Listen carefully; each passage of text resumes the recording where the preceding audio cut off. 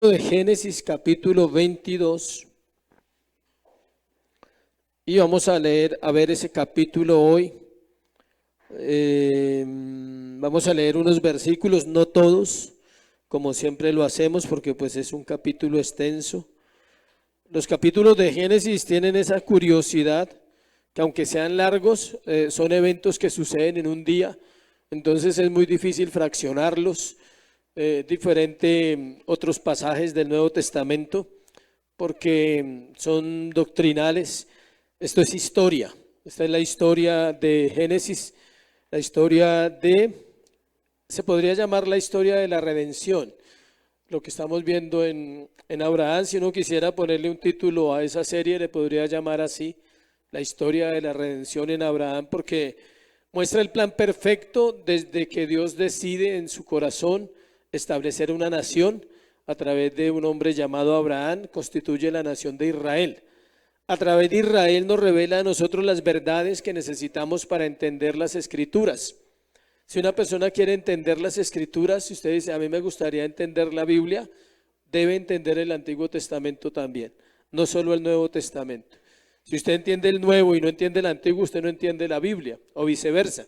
Si usted entiende el Antiguo y no entiende el Nuevo, usted no está entendiendo la Biblia, porque es una unidad, no están separados los dos testamentos. Vamos al texto, Génesis 22, vamos a leer desde el versículo 1, dice así la palabra de Dios: aconteció después de estas cosas, que probó Dios a Abraham y le dijo a Abraham, y él respondió, heme aquí. Y dijo, toma ahora tu hijo, tu único Isaac, a quien amas, y vete a tierra de Moriah y ofrécelo allí en holocausto sobre uno de los montes que yo te diré. Y Abraham se levantó muy de mañana y enalbardó su asno y tomó consigo 2 siervos suyos y a Isaac su hijo, y cortó leña para el holocausto y se levantó y fue al lugar que Dios le dijo. Al tercer día alzó Abraham sus ojos y vio el lugar de lejos. Entonces dijo Abraham a sus siervos, esperad aquí con el asno, y yo y el muchacho iremos hasta allí y adoraremos, y volveremos a vosotros. Y tomó Abraham la leña del holocausto y la puso sobre Isaac su hijo, y él tomó en su mano el fuego y el cuchillo, y fueron ambos juntos. Entonces habló Isaac a Abraham, su padre, y dijo, Padre mío. Y él respondió, heme aquí, mi hijo. Y él dijo, he aquí el fuego y la leña, mas ¿dónde está el cordero para el holocausto? Respondió Abraham, Dios se proveerá de cordero para el holocausto, hijo mío. E iban juntos. Padre, gracias por esta tu palabra. Ella es verdad, Señor, ella siempre traerá luz, siempre traerá entendimiento. Pedimos tu Espíritu Santo para poder entender este pasaje, para poder ver a Cristo en él, Señor, para poder ver la cruz del Calvario y así nuestros ojos sean alumbrados en la gracia, Señor. Gracias por Cristo, gracias por la iglesia. Ayúdanos a perseverar en medio de todo, Señor. Ayúdanos a no quedarnos en medio de la prueba y a poder avanzar como lo hizo este hombre llamado Abraham, Señor. Hoy podemos aprender de su vida, pero sobre todo aprenderemos del Espíritu Santo, que es quien revela las Escrituras. Le damos gracias en Cristo Jesús. Amén y amén. El mandato del sacrificio siempre será ¿qué? Costoso. Este es un capítulo cristocéntrico absolutamente.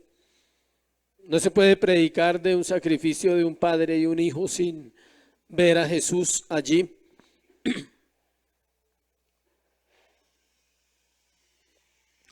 Entonces, trae mucha riqueza. Pudiera uno dar 2 sermones, pero la circunstancia de la historia no deja para separarlo, no deja para dividirlo, porque vamos a ver solo 2 cosas. Vamos a dividirlo en 2 puntos nomás y al final vamos a ver las aplicaciones. Pero hablemos de algo antes de entrar en el texto, basado en el título, el mandato del sacrificio siempre será costoso. Empuñar y aferrar son dos hábitos malos. Desafortunadamente todos los tenemos. Nos encanta poseer, nos encanta controlar, nos encanta mantener cerca nuestros tesoros.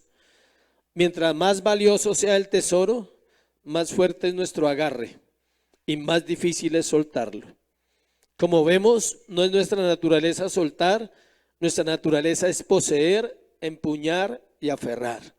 ¿Por qué les comparto esas frases? Porque eso es lo que tiene que hacer Abraham, soltar, entregar a su hijo, tomar una decisión basada en su fe, basada en sus principios bíblicos.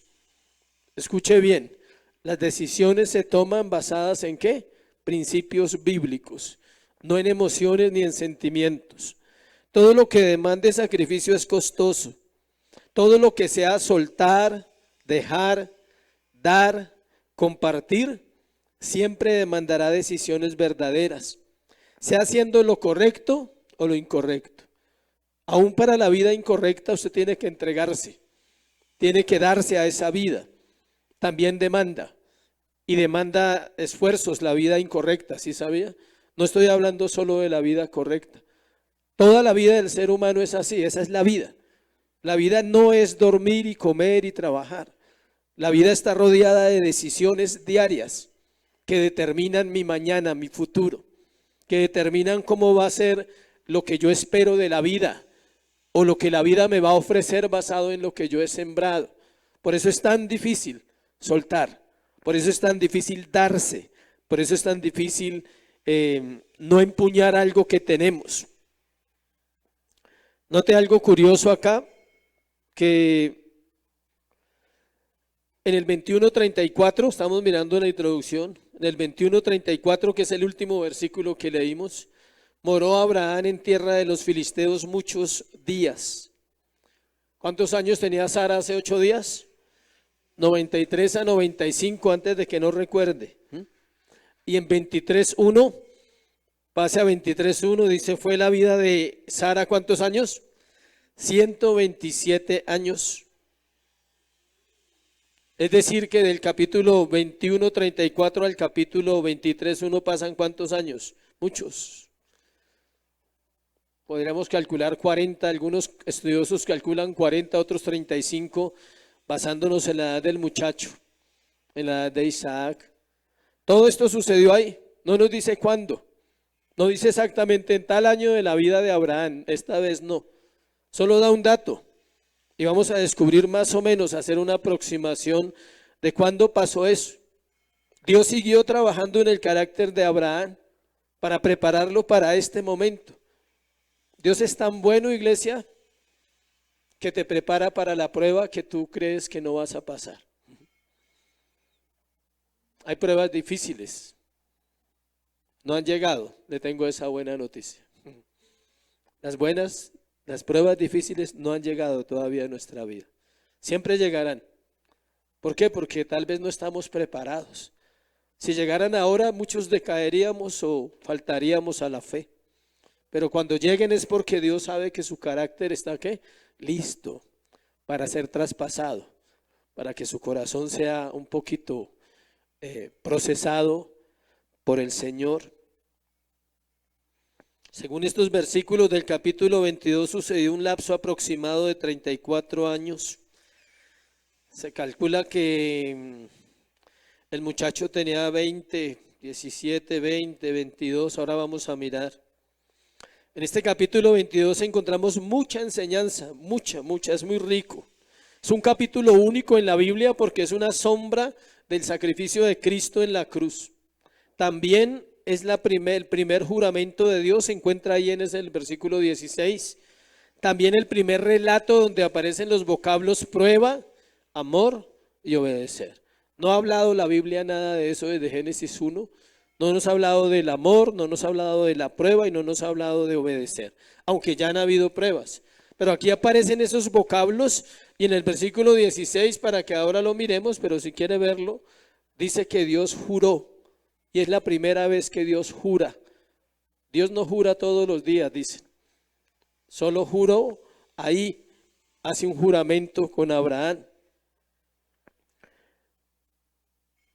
Algo difícil en la vida cristiana es eso, estar preparados para el momento exacto y el momento preciso en que Dios va a procesar nuestro corazón. Vamos a ir al texto para irlo mirando versículo a versículo. Primero, la prueba de las pruebas en la vida de Abraham. La prueba de las pruebas. Del 1 al 8. Esta es la prueba reina, digámoslo así, como en el ciclismo hay una etapa reina que es la más dura de la montaña. Así como hay en el fútbol partidos importantes, así como en la vida hay historias, por ejemplo, el matrimonio es importante, el nacimiento de un hijo. En este caso, esta es la prueba máxima para el patriarca. De hecho, estamos próximos a terminar la vida de él. 3 o 4 sermones nos quedan y vemos que esta es la última prueba que Dios pone en su corazón y quizá la más determinante, la más decisiva en la vida de este hombre. Vamos a verla. Aconteció después de estas cosas. Ya saben que cuando el versículo dice eso, se refiere a todo lo que ha pasado, a todo lo que viene atrás en los capítulos anteriores. Entonces ya lo sabemos por los sermones que hemos predicado. Después de la última prueba, ¿cuál fue? Cuando echaron a Agar, a Ismael, cuando vino ese conflicto familiar muchos años antes. Dice que probó Dios a Abraham. Note quién lo probó. Hay una diferencia muy grande, iglesia, entre una prueba por pecado y una prueba por Dios. Son dos cosas diferentes. El pecado hace que Dios tenga que traer pruebas y tratos a los cristianos, a los creyentes. Pero en este caso no está hablando que sea por pecado de Abraham. Dios probó a Abraham y él respondió ¿qué? Ahora, Señor. No, él respondió ¿qué? Heme aquí. Empezamos a ver su carácter, no su madurez. Dios lo va a probar y él no sabe la clase de prueba que viene y dice, aquí estoy, Señor, lo que tú determines estará bien. Este es un periodo diferente en la vida del patriarca. No se ha sabido nada de él durante años, del 21 al 22 pasan hartos años. Y antes de hablar de la prueba es importante tener en cuenta que Dios no prueba al hombre para ver cómo responde. Póngale mucho cuidado a esto. Dios no prueba al hombre para ver cómo responde. ¿Por qué? Porque Dios conoce el futuro y Él sabe usted cómo va a responder. Dios prueba al hombre para que yo mismo o el hombre sepa cómo está su corazón ante Dios. Para eso lo prueba. Él ya sabe cómo vamos a responder a la prueba. Pero la prueba tiene una finalidad mayor y es que podamos conocernos a nosotros mismos y así evaluar cómo estamos delante de Dios. Dios no prueba al hombre para saber cómo va a responder al hombre. Él ya lo sabe de antemano. Dios prueba al hombre para que el hombre se conozca en su interior y diga, me falta fe, me falta amor, me falta esto, me falta aquello. Aconteció después de varios años, es lo que dice el versículo, le estoy parafraseando el versículo 1, que Dios probó a Abraham. Abraham responde, heme aquí. Es la mejor respuesta que le podemos dar a Dios. Heme aquí, mi Señor, dispuesto estoy a cumplir tu voluntad. Esa oración debe hacerla usted, Señor. Lo que tú determines en mi vida estará bien hoy y los próximos años. Es más, los años que me queden de vida, Señor, lo que tú quieras hacer conmigo será lo mejor y será perfecto. Eso implica cantidades de cosas que vamos a vivir. Los seres humanos tenemos una vida muy especial, a veces espectacular y a veces no tan espectacular. A veces con muchas alegrías, mucho gozo, a veces con muchas tristezas y muchos desengaños en el corazón. La palabra probó, que vemos ahí, no es para sacar la maldad del corazón de su siervo, sino para sacar lo mejor de él. Ahí está Dios, el carácter divino. ¿Por qué lo mejor? Porque iba a revelar su fe, le iba a hacer ver que él realmente era un hombre de fe. El peligro no era para Isaac, sino para Abraham. El peligro no era para Isaac. El peligro era que Abraham no pasara la prueba. Ese era el peligro ¿Y va a ser afectado quién? Su hijo, su generación. Pero Abraham pasó la prueba, gracias a Dios. La prueba admitía una pregunta. Escuche, la prueba, no se distraiga por favor. La prueba admitía una pregunta. ¿Amará Abraham a Dios más que a su único hijo? Solo estamos en el versículo 1, ¿no? ¿Amará Abraham a Dios más que a su único hijo? El vocablo prueba no incita, no era incitar, sino probar a otro para saber si es digno. ¿Y Abraham salió qué? Digno. Abraham pasó la prueba y fue un hombre llamado ¿qué? Digno de Dios. La palabra hijo, escuche, aconteció después de estas cosas que probó Dios a Abraham y le dijo a Abraham y él respondió, heme aquí, pasamos al versículo 2. Y dijo, toma ahora ¿qué? Tu hijo. Esa palabra, haga el recorrido que voy a hacer con la Biblia, está en 22.2, está en 22.3. Ahí está la palabra hijo, no lo voy a leer, pero usted la debe mirar ahí. ¿Sí? Está en 22.6, del 6 al 10 aparecen todos los versículos, del 6 al 10, el 12 y el 13 y el 16. ¿Cuántas veces? 1, 2,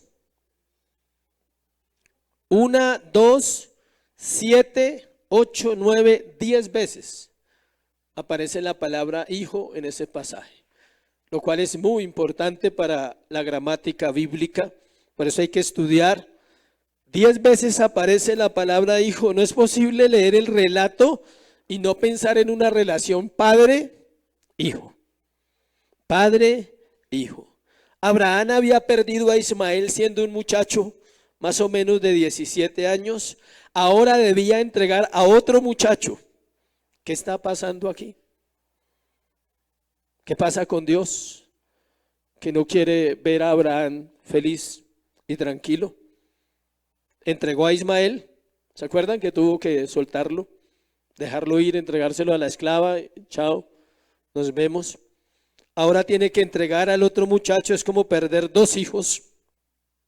Versículo 2, dijo, toma ahora tu hijo, tu único, a quien amas. Esto muestra el valor que Dios le está dando al sacrificio que se va a ofrecer. Esto muestra el valor que Dios le está dando al sacrificio que se va a ofrecer. Dios conoce el corazón de Abraham y le dice, sé que es tu único hijo, no le está contando a Ismael. Y también sé que lo amas profundamente. Dios está hablándole al corazón, al patriarca. Hay algo curioso aquí, escuche. Y es que es la primera vez que aparece el verbo amar. Cuando dice, ¿a quién amas? Y aparece en relación con aparece haciendo referencia, a la relación entre un padre y un hijo. Y esas palabras ya las hemos escuchado en el Nuevo Testamento, en Mateo 3:17, Marcos 1:11 y Lucas 3:22, cuando apareció una voz del cielo que dijo, este es mi hijo amado, en quien tengo complacencia. ¿Mi hijo qué? Amado. El padre dice al hijo, este es mi hijo amado. Abraham, Dios le dice a Abraham, Abraham, ese es tu hijo qué? Amado. Sé cuánto lo amas. No hay duda que Dios está revelando el amor que tiene por su hijo en el amor que Abraham tenía por Isaac. Esto es algo espectacular. Este capítulo es solo Cristo, solo el Padre, solo la cruz, solo el Evangelio revelado ahí. Abraham ama a su hijo, el Padre ama a su hijo. Han pasado entre 35 a 45 años de caminar con Dios. 75 años de edad. Se calculan 100 y pico. Por eso no hay una fecha exacta, pero se calculan 35, 45 años de Abraham con su Señor. Escuche. Y aún necesita examinarle el corazón. Es un hombre maduro, pero no es un hombre terminado. No hay hombres terminados en las iglesias. No hay siervos terminados. ¿Sabe cuándo termina la vida? ¿Cuándo se termina el proceso del siervo? ¿Quiere saber cuándo? Cuando muere. Cuando llega donde su Señor y no hay pecado. Ahí se termina la vida del siervo. Toma tu hijo, tu único. Toma tu risa. Toma a quien amas. Toma a quien es tu deleite. Toma tu gozo en la tierra. Ve y sacrifícalo en el monte Moria. Eso es lo que le está diciendo el Señor.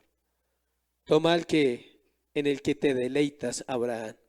Toma con el cual has jugado todos estos años, con el cual has ido a orar, con el cual has estado ahí, siendo el Padre. Tómalo y ven y ofrécemelo. Moriah es un lugar importante en la Biblia. Desde allí se ve el monte del Calvario. Sin dudas, es un anticipo del sacrificio de Cristo lo que está pasando allí. Fue allí donde Salomón edificó el templo del Señor y es allí donde dice la Biblia que Cristo descenderá en su regreso por su pueblo. Allí se partirá el monte, porque es un lugar ¿de qué? De sacrificio. Es un lugar de Dios, el monte Moriah. Versículo 3, vamos despacio. Abraham se levantó muy de mañana. Ya sabemos que es muy de mañana, ¿no? No es como acá que a las 7, ¿no? Muy de mañana, 3, 4, cuando empieza a amanecer. Y enalbardó su asno y tomó consigo 2 siervos suyos y a Isaac su hijo y cortó leña para el holocausto y se levantó y fue al lugar que Dios le dijo. La lucha en el corazón debió ser fuerte mientras se levantaba. O sea, son muchas acciones para mirar en estos versículos, pero no se habla de la lucha del corazón del Padre. No se dice qué estaba pasando en la mente del siervo Abraham, pero él obedece. Dios lo probó, él respondió, heme aquí. Dios le dice que tome a su hijo, le da todos los detalles. Abraham se levanta muy de mañana, toma un burro, que es un asno, y empieza el proceso de preparación, no para ir a orar, iglesia, para ir a matar a su hijo. Tú te levantas y coges un transporte y llegas acá, pero él se levanta para ir a matar a su hijo. ¿Qué pensarías si tienes que hacer eso? No tienes que venir a la iglesia, tienes que ir a matar a tu hijo o matar lo que amas para que no sea tu hijo entonces. Matar aquello que amas. Sacrificar aquello que nos quita el primer lugar, el amor de Dios. El autor a los Hebreos nos da luz sobre el corazón de Abraham en ese momento, miremoslo, porque la Biblia se interpreta a sí mismo, Hebreos 11:19. Ahí nos da una luz de lo que él pensaba. Hebreos 11:19 dice, ahí está la respuesta, pensando que Dios es poderoso para levantar aún de entre los muertos, de donde en sentido figurado también le volvió a recibir. Eso estaba pensando mientras alistaba el burrito, mientras alistaba, le dijo a los siervos, vamos a ir a adorar, mientras le dijo al muchacho, también lo despertó, cortó la leña, eso tiene trabajo. ¿Sí? No, la leña no estaba lista, el texto dice que cortó la leña. Era un hombre muy vigoroso. No dice que la cortó Isaac. ¿Quién alistó la leña? El padre. ¿Quién preparó la cruz? El padre, no el hijo. El padre preparó la cruz. Para el holocausto dice, y se levantó y fue al lugar que Dios le dijo. Trabajó un rato en el proceso del sacrificio. Resaltemos la obediencia al mandato de Dios. Cada detalle cuenta. No era solo sacrificar a su hijo. No era eso. Era conocer más a su Dios, al Dios de la promesa. No era sacrificar a Isaac solamente. Era el momento de conocer a quién, a su Señor. Era el momento de recordar la promesa y decir, tú dijiste que de mi descendencia, de Isaac, nacería una descendencia. Por eso él, mientras hacía todo eso, pensaba y decía, si lo sacrifico, Dios es poderoso para resucitarlo. El Padre y el Hijo. En la madrugada también tuvo que levantar a su hijo, un hijo obediente, juicioso, que no pregunta para dónde vamos. No es de los que está pidiéndole cuentas a los padres, él simplemente dice, vamos hijo, vamos papá. Igualito a Cristo. Es un prototipo, es un tipo, perdón, de Cristo. Ahí dice el versículo 4, al tercer día, alzó Abraham sus ojos y vio el lugar de lejos. 3 días de camino. 3 días caminando con el burro, con la leña, con el hijo y con los 2 siervos. No era allí en la esquina, sino era fácil llegar al lugar del sacrificio. 3 días caminando. Llegan a la parte baja del monte, de ahí en adelante toca a pie. Ya el burro no sube, ahí ya toca caminar.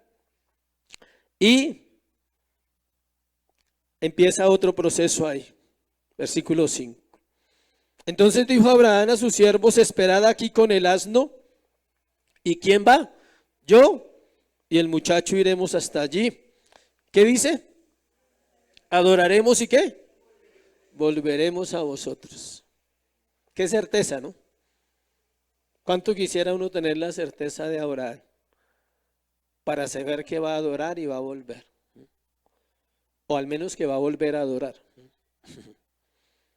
Curioso, ¿no? Él dice, adoraremos y volveremos. Plural. Yo voy a ir con el muchacho. Dios me dijo que tomara a mi hijo, que lo llevara.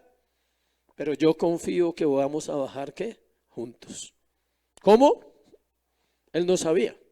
Pero él confiaba en su Señor. ¿De dónde tenía Abraham tanta seguridad para hablar así? ¿De dónde nace esa seguridad en la vida de un creyente? Solo hay una manera, escuche, donde nace esa seguridad. Y es de una relación con un Dios vivo, no con un Dios muerto. Es una relación con un Dios el cual yo conozco su carácter y sé que Él me conoce profundamente. Es una relación de saber que lo que ha prometido lo cumplirá porque no miente. Es una relación con aquel que me salvó siendo un pecador y no destruirá mi vida en el proceso. Él no destruirá a ningún creyente en el proceso de santificación. Abraham sabía que Dios cumpliría en cuanto a Isaac. Él no sabía cómo iba a suceder, pero tenía la certeza que sucedería, tenía la fe que sucedería. Es notable que está revestido. ¿De qué está revestido Abraham? Del conocimiento de Dios. Él está lleno de Dios y es asombroso que en medio de la prueba solo está pensando una cosa, adorar al Dios vivo. Él no está pensando, voy a perder a mi hijo, voy a perderlo, no lo puedo perder. Él no está pensando eso. Él está pensando una sola cosa, vamos a ir, vamos a adorar y vamos a volver. Increíble tener la mente tan clara en medio de una prueba tan difícil. Pero era solo porque él conocía a la persona que se lo estaba pidiendo. Él hablaba con él, él sabía que él lo había guardado muchas veces, sabía que lo había guiado durante muchos años, sabía que lo había disciplinado cuando había sido necesario, pero sobre todo Abraham sabía que Dios lo había amado siempre. Siempre lo había amado, él sabía. Y él sabía que Dios no le iba a hacer daño a su hijo y mucho menos a él. Durante los 3 días de viaje,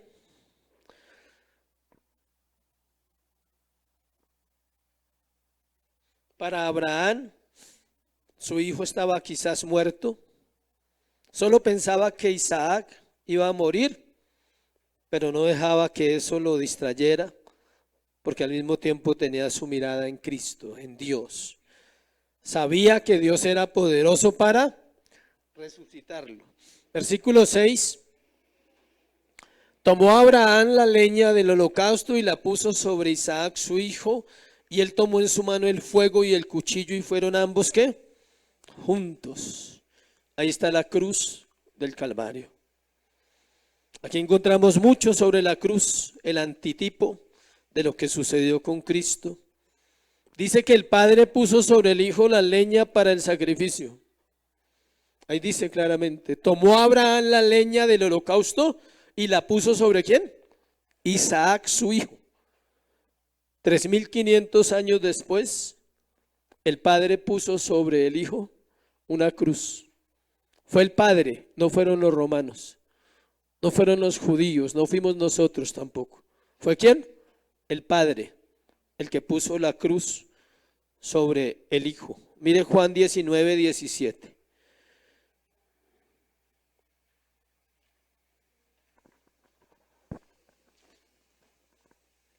Juan 19, 17.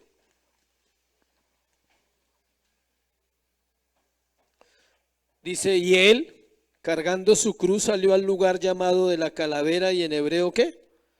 Gólgota.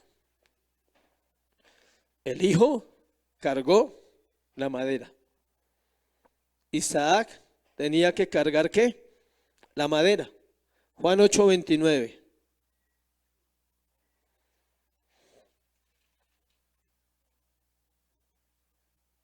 Porque el que me envió conmigo está, no me ha dejado solo, el Padre, porque yo hago siempre lo que le agrada. Isaac es eso, es el hijo ¿qué? Obediente. Lleva la leña, listo, yo la llevo, papá, no hay problema. Hay varias cosas acá. En el versículo 5 miramos cuando dice, y el muchacho, la palabra hebrea para muchacho es Naar con doble A. Y se calcula la edad de Isaac aproximadamente de 20 años, para no pasarnos de ahí o decir que tenía 15 tampoco. Pero se calcula un joven, un muchacho adulto ya, joven. Joven pero no un niño. Tenía fuerza para llevar la leña. ¿Quién traía la leña? El burro. ¿Sí cae en cuenta? ¿Quién traía la leña? El burro. O sea que tenía la fuerza de un hombre para cargar la leña, no era un niño. Por eso el Padre le da la leña para que la lleve, y él nunca pregunta, hasta ahí, hasta ahí. Él simplemente la lleva. Dice, y el Padre llevaba ¿qué? El fuego y el cuchillo. Pero note lo curioso. Y fueron ambos juntos. El Padre y el Hijo. La unidad del Padre, ambos juntos. Siempre están juntos. El Hijo nunca está solo, ¿sí sabía? Cristo. Porque Él está en el Padre y el Padre está en Él. Siempre están ambos juntos. Eso habla de unidad.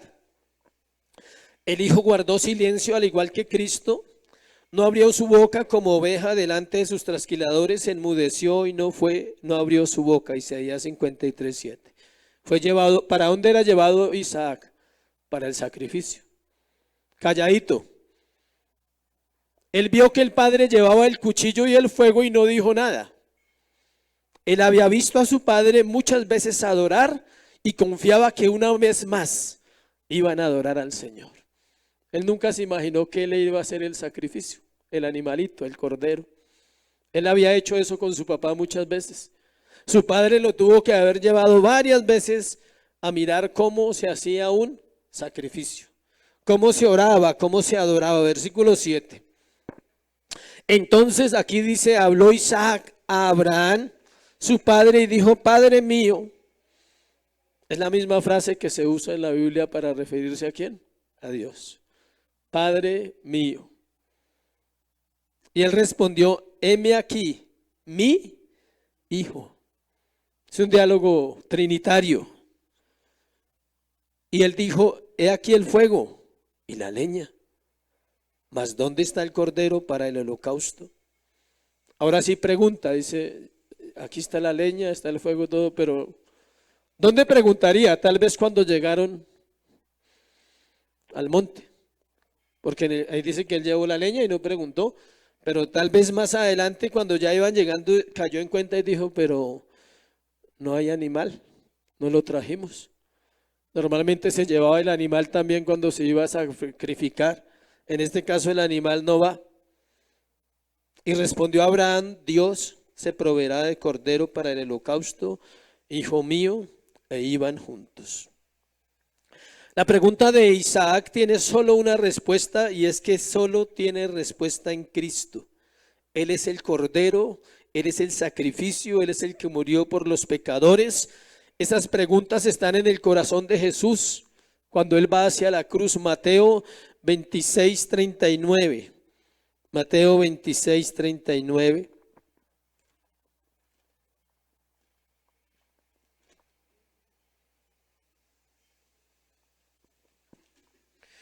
Dice Mateo 26, versículo 39. Yendo un poco adelante, se postró sobre su rostro orando y diciendo, Padre mío, ¿sí ve? ¿Padre qué? Mío. Si es posible, pase de mí esta copa, pero no sea como yo quiero, sino como tú. 27:46. Cerca de la hora novena, Jesús clamó a gran voz, diciendo, Elí, Elí, sama labactane. Eso es, Dios mío, ¿por qué me has desamparado? La respuesta del padre Abraham fue, Dios se proveerá de cordero para el holocausto. Dios se proveyó de un cordero, el cordero inmolado de Dios, el cordero que quita el pecado del mundo, Cristo. Dios se proveyó de él para la salvación. Solo nos afirma una vez más que la provisión para la redención viene únicamente de Dios. Respondió Abraham, Dios se proveerá de cordero para el holocausto, hijo mío, e iban juntos. Dios es el único que ha provisto para la salvación de los hombres. Él proveyó en Cristo la gracia, el amor, el perdón, la misericordia para sus hijos. Segundo punto, Dios provee un sustituto. Vamos a hablar más de ese sustituto, de ese cordero, versículo 9. Cuando llegaron al lugar que Dios le había dicho, edificó allí Abraham un altar y compuso la leña, y ató a Isaac su hijo y lo puso en el altar sobre la leña. Esta es la segunda parte del sermón, son 2 puntos nomás. Vamos a ver el proceso del sacrificio que tenía que realizar el patriarca, versículo 9, lo acabé de leer. Nos muestra que Abraham es quien construye el altar. Buscó las piedras, no las llevaba. Alistó la leña, tal vez la llevaba cortada, pero tenía que ordenar, alistar. Ató al cordero. ¿Quién era el cordero? Isaac, que representaba el cordero del sacrificio. Curioso, ¿no? Isaac tenía edad para decir no, o para rebelarse contra su padre, o pelear en ese momento contra su papá y decirle, no, a mí no me va a matar. O sea, ¿cómo se le ocurre? O sea, ¿está loco? Él nunca había visto sacrificio de personas. Él había visto sacrificio de ¿qué? De animales. Pero la Biblia no registra que él haya hecho algo en contra de su padre. Cuando llegaron al lugar que Dios le había dicho, edificó allí Abraham un altar, compuso la leña. Él tuvo que haberlo visto. Ven, date la vuelta. Y lo amarró. Y lo puso en el altar sobre la leña. Lo amarró y lo acostó. Eso se hacía con un cordero. Y el muchacho no tiene vislumbres ahí de rebelión. No tiene nada que diga, no, papá, hasta allá no alcanzo. O sea, yo te amo mucho, pero, hasta ahí. Hasta morir para tu Dios. No hay nada de eso en el corazón de Isaac. Quien en ese momento representa ¿a quién? A Cristo. Isaac era lo suficiente fuerte para resistirse, pero se sujetó al Padre mostrando así su obediencia y un anticipo de la obediencia de Cristo al Padre. Versículo 10. Extendió Abraham su mano y tomó el cuchillo para degollar a su hijo. Vamos llegando al culmen, a la parte espectacular. El momento cumbre ha llegado. Abraham va a matar a su hijo. Lo va a degollar como ha hecho muchas veces con animales que ha ofrecido al Señor. Este momento es difícil de imaginar en nuestra mente, o sea, uno no alcanza a entender qué va a hacer, qué va a pasar. Tanto Isaac como Abraham, cada mente tenía que ser diferente en ese momento. ¿Qué pensaría Isaac de ver que su padre toma el cuchillo para degollarlo? O sea, uno no alcanza a pensar, la Biblia no da nada, no nos dice nada. Solamente un muchacho sujeto, obediente a la palabra, obediente a Dios, y un hombre sujeto, un padre obediente a lo que Dios le está pidiendo. Versículo 11.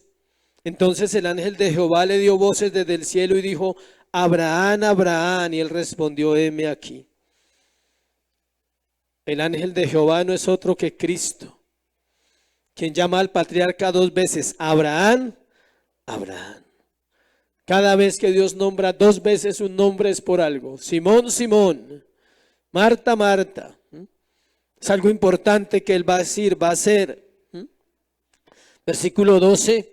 Dijo: no extiendas tu mano sobre el muchacho ni le hagas nada, porque ya conozco que temes a Dios por cuanto no me rehusaste tu hijo, tu único. Aquí es donde Abraham se gradúa en la fe. Es el grado de Abraham. Es su diploma. Ahí le dan su honor. Pasó la máxima prueba. ¿Sabe cuál es la máxima prueba, iglesia? Se llama la prueba del amor. Es entregar lo que amaba. Por eso el texto es tan claro y dice que tu único. La máxima prueba de la vida cristiana no es escasez, no es un matrimonio difícil, no es hijos rebeldes. Esa no es la máxima prueba. La máxima prueba es el amor. Es entregar aquello que amamos más que a Dios. Esa es la máxima prueba para un creyente. Ese es el grado de Abraham. Por eso pasa a la lista de Hebreos, a ser un hombre llamado el padre de la fe. Romanos 8:32 nos recuerda lo mismo. Dice que Dios no escatimó a su propio hijo, sino que lo entregó por todos nosotros. Abraham no escatimó a su propio hijo, él estaba dispuesto a matarlo. Él dijo: si hay que matarlo, yo lo mato. Porque creo que Dios es poderoso para ¿qué? Resucitarlo. Dios lo puede resucitar. Versículo 13. Entonces alzó Abraham sus ojos y miró, y aquí a sus espaldas un carnero trabado en un zarzal por sus cuernos, y fue Abraham y tomó el carnero y lo ofreció en holocausto en lugar de su hijo. Aquí es donde aparece por primera vez esta acción de un sustituto, uno que toma lugar para que otro no muera. Esto nos muestra el evangelio puro desde Génesis. Fue nuestro Señor quien tomó el lugar que nosotros debíamos tomar y murió en la cruz como nuestro sustituto. Él proveyó el cordero. Dios recibió el sacrificio que esperaba de su siervo. Nada impidió que sucediera. Él mismo le proveyó el animal. ¿Quién proveyó el cordero? Dios. Se llama providencia para los que no saben. La providencia es que Dios hace que preciso en ese momento ese cordero estuviera enredado en un zarzal, en una mata de espinas. Él está enredado ahí. Y Abraham mira y lo ve ahí y él entiende que eso es de parte de ¿quién? De Dios. Y él sabe que ese es el cordero. Abraham vio a Cristo desde ese momento. Por eso es tan importante, escuche, ofrecer a Dios todo lo que nos da. Porque es Él mismo quien nos lo ha provisto, no eres tú. No es tu trabajo, no es tu salud, no es tu inteligencia. Dios se proveerá de todo lo que necesitamos. Es difícil creer que haya creyentes que piensen que algo de lo que tienen lo han conseguido por sí mismos. Tiene que evaluar si es un verdadero creyente, no pensará eso. Para simplificarlo, hablemos del aire que respiramos. Es de Dios. Tú trabajas porque Dios quiere. Tú comes porque Dios quiere. Hay gente que no puede comer en este momento. No tienen la salud para comer. Pero tú comes porque Dios quiere. Y si comes bien y tienes provisión en tu casa y tienes la alacena y tienes un techo y tienes donde dormir y tienes ropa, es porque Dios quiere, nunca lo olvides, iglesia, porque Él es el proveedor. No es tu fuerza, no es tu mente, no es tu capacidad, no es tu inteligencia, no es tu sueldo, no es la empresa. ¿Es quién? Dios. Él se provee de todo. Si fue capaz de entregar a su Hijo, dice Romanos, ¿cómo no nos dará también qué? Todas las cosas. Romanos 8:32, la parte B. Que Dios no escatimó a su Hijo, sino que lo entregó por nuestros pecados. Dice, ¿y cómo no nos dará todas las cosas? Escuche, si Dios nos salvó, es poderoso para proveernos todo. Aquí no estamos hablando solo de lo material. Todas las cosas que usted necesite, Dios las provee. Porque Él se proveyó ¿de qué? De un cordero para morir por la humanidad, para salvar a los pecadores del infierno. ¿Será que no es capaz de darnos un techo, una comida, una vida diferente? Versículo 14. Llamó a Abraham el nombre de aquel lugar que Jehová proveerá. Por tanto se dice hoy, en el monte de Jehová será ¿qué? Provisto. Dios revela algo más de su carácter a Abraham. Dios proveerá. Todo esto es un anticipo de lo que sucedería con Cristo en la cruz del Calvario. Allí Dios proveyó salvación para el perdido, perdón de pecados para el pecador y nueva vida para los muertos. Él proveyó en la cruz del Calvario.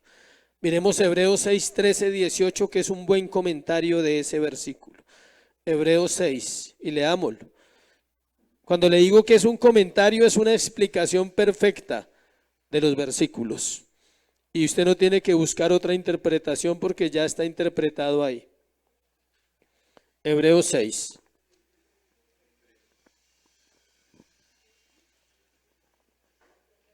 Del 13 al 18. Porque cuando Dios hizo la promesa a Abraham, no pudiendo jurar por otro mayor, juró por sí mismo, diciendo, de cierto te bendeciré con abundancia y te multiplicaré grandemente, habiendo esperado con paciencia. ¿Sí ve? Abraham alcanzó la promesa, porque los hombres ciertamente juran por uno mayor que ellos, y para ellos el fin de toda controversia es el juramento para confirmación. Por lo cual, queriendo Dios mostrar más abundantemente a los herederos de la promesa la inmutabilidad de su consejo, interpuso juramento, para que por dos cosas inmutables en las cuales es imposible que Dios mienta, tengamos un fortísimo consuelo, los que hemos acudido para asirnos de la esperanza puesta delante de nosotros. No hay un mejor comentario que el mismo autor de los Hebreos. Dios juró y cumplió lo que Él iba a hacer. Ese es un comentario del versículo 16.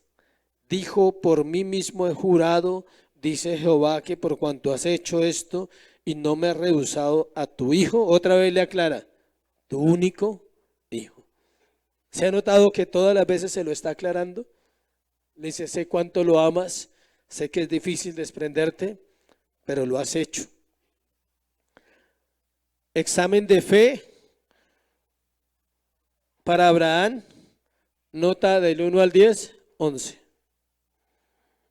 Esa fue la nota de Abraham ese día. ¿Sacó cuánto? 11. Pasó el examen final, el examen de fe que Dios le está haciendo a este hombre. Hay algo nuevo que aparece aquí de las veces que Dios ha hablado sobre esta promesa en el versículo 17, porque esta promesa ya se la ha dado en varios capítulos. Pero hay algo nuevo al final del versículo. Leamos el 17. De cierto, te bendeciré y te multiplicaré. Eso ya se lo ha dicho, ¿cierto? Tu descendencia como las estrellas del cielo y como la arena que está a la orilla del mar. También se lo ha dicho. Pero mire lo que le dice al final. Tu descendencia poseerá las puertas de sus enemigos. Eso no se lo había dicho. Hasta ahora se lo dice. ¿Eso qué quiere decir? Que las puertas del Hades no prevalecerán contra la iglesia. Es la promesa de que la descendencia espiritual de Abraham sería guardada hasta el fin de los tiempos. Y la iglesia es la descendencia espiritual de Abraham que está siendo guardada hasta los últimos tiempos. Pero viene la pregunta. ¿Tú eres iglesia? Esa es la pregunta. ¿Se refiere al pueblo de Dios, la descendencia espiritual de Abraham, a los que creen como Abraham y obedecen como Abraham, no a los que van a las iglesias. A los que creen como Abraham y obedecen como Abraham. Se refiere a la iglesia invisible, no a la iglesia visible. La iglesia invisible, todos son santos, todos son obedientes, todos se están santificando, todos están en proceso de restauración. La iglesia invisible de Cristo. La iglesia visible no. En la iglesia visible hay divisiones, chismes, contiendas, en la iglesia de Corinto. Pero en la iglesia invisible todos son justificados por Cristo en la cruz del Calvario. Por eso la diferencia es grande y la promesa es solo para la iglesia invisible. Ahora, si usted no sabe cuál es la iglesia invisible, le recuerdo. La iglesia invisible son todos los hombres y mujeres, niños, adultos, ancianos, de cualquier edad, de cualquier raza y de cualquier nación, que son parte de la iglesia de Cristo en todo el mundo. Es decir, de todas las iglesias hay un puñado, no todos, que hacen parte de la iglesia invisible. Y esa iglesia ante los ojos de Dios es la iglesia hija o la simiente de ¿quién? De Abraham. Pero ¿en quién está esa simiente? En Cristo. Son los hijos de Dios y se puede llamar los hijos de Cristo, porque Él también es llamado a veces ¿qué? El Padre de la iglesia, el Dios de la iglesia. Él es Dios. Versículo 19 al 24, cerramos. Dice el versículo 19: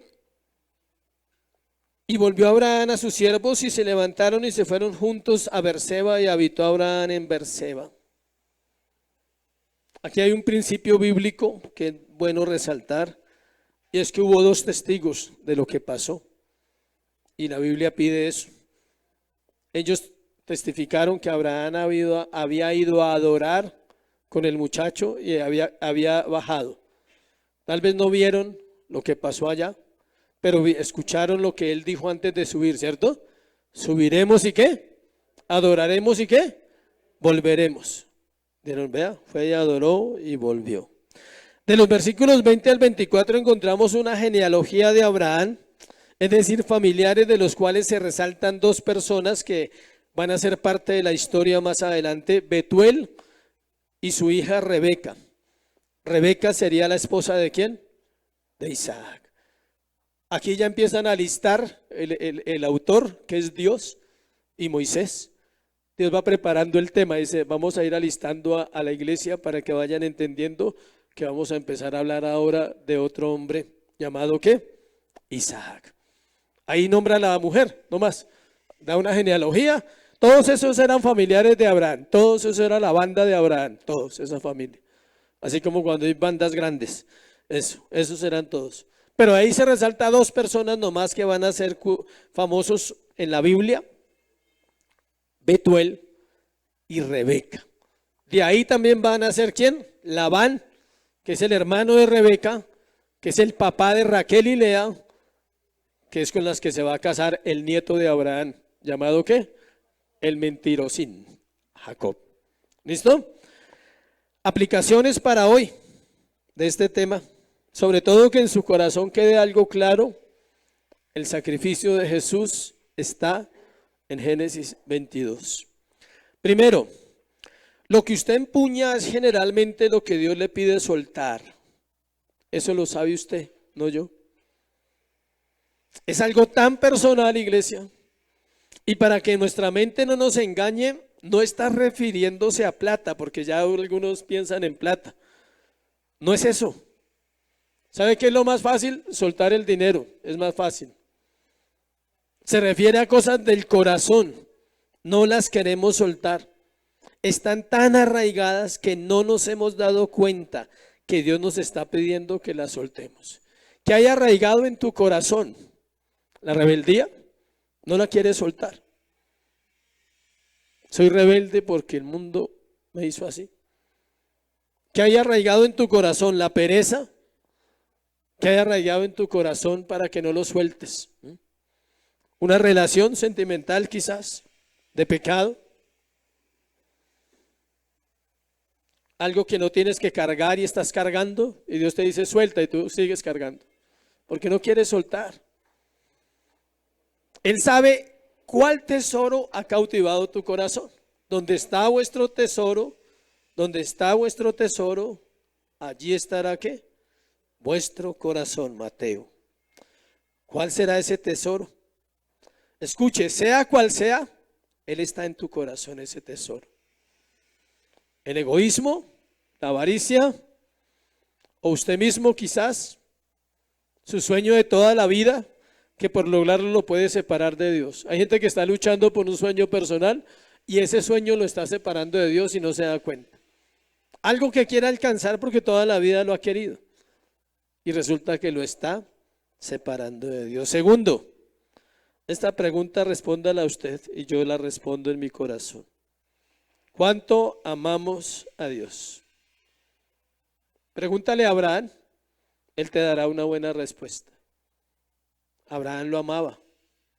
Tanto que dijo, si tengo que matar a mi hijo, yo lo hago. Ese es el punto central de la prueba de Abraham, el amor. Todo estaba centrado en ese aspecto en que él mismo conociera y experimentara el amor verdadero que todo lo da. Gálatas 5:6 dice que la fe obra por el amor. Si usted dice que es una persona de fe, esa fe se manifiesta amando a Dios y amando al prójimo. Era eso lo que hacía que Abraham deseara obedecer. Todo lo que Dios le mandaba para él era mandado por un Dios lleno de amor y misericordia que lo había escogido y él quería obedecer.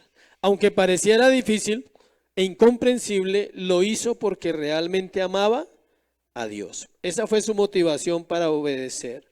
Voy a leerle Mateo 10:37, que es el versículo que cumplió Abraham. Cuando Abraham hizo eso, cumplió este versículo. Mateo 10:37. El que ama a padre o a madre más que a mí no es digno de mí. El que ama a hijo o a hija más que a mí no es digno de mí. Abraham era un hombre ¿qué? Digno. Lo mostró, no lo dijo, no lo leyó y dijo amén.